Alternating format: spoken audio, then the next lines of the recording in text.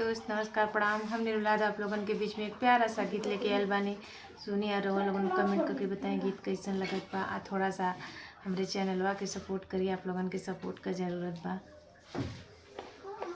सुहाग मांगे बन्नी बाबा के आंगनवा, सुहाग मांगे बन्नी बाबा के आंगनवा।